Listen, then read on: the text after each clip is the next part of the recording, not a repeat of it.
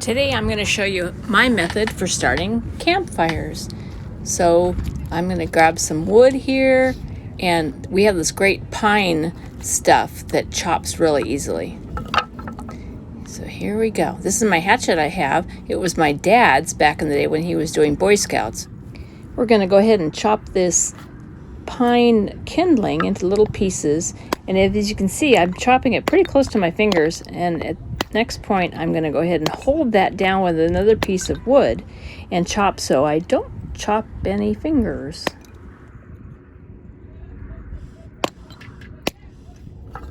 Okay, on this part you can see I'm grabbing a bigger piece of wood and chopping, and underneath it you can see a little flat piece of wood that you can put the kindling on top of as you're chopping so that you don't chop through a rock or into the dirt.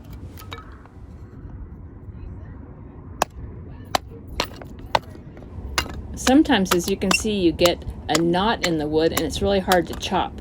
So just put that piece aside and you can use that for the bigger piece of kindling. See right there, there's that knot.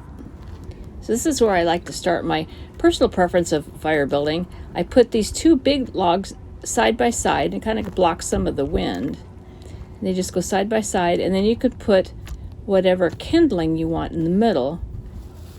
When we bought our firewood, they gave us this stuff. It's the outside bark of the juniper we're burning, and it burns really well, so you don't need any paper in there with it. You can actually light this stuff with the match. So you can put in there, kind of separate it out like this, and so the key is to have a lot of oxygen in between so that the oxygen mixes with the heat, and that's what makes fire. So we're going to try this.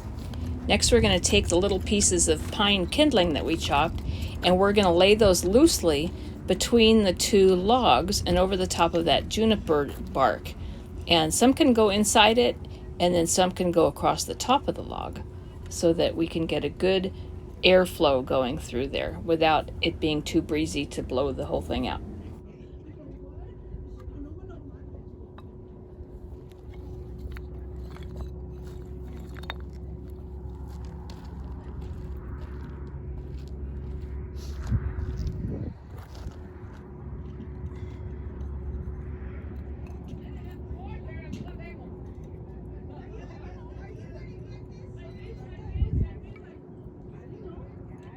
This is the fun part where you actually get to catch it on fire. So you want to start a little bit on the edges, so go ahead and light up that juniper or the paper that you might have in there, or wood shavings, and then let that go, and then go to the other side and do the same thing on the other side so you get an even starting of the fire there. And here we go.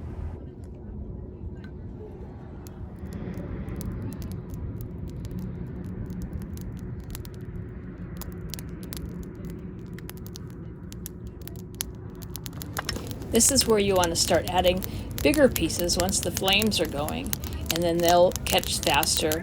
And then as soon as you get that flame going, then you can really start putting on the bigger logs, and then you're set. The big thing here is to keep the air circulating around the logs so that the flames can keep being healthy and burning away.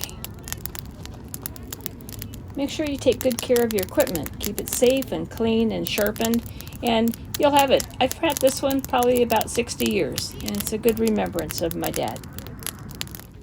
I hope you've enjoyed my tutorial. Have a great day, and don't forget to subscribe.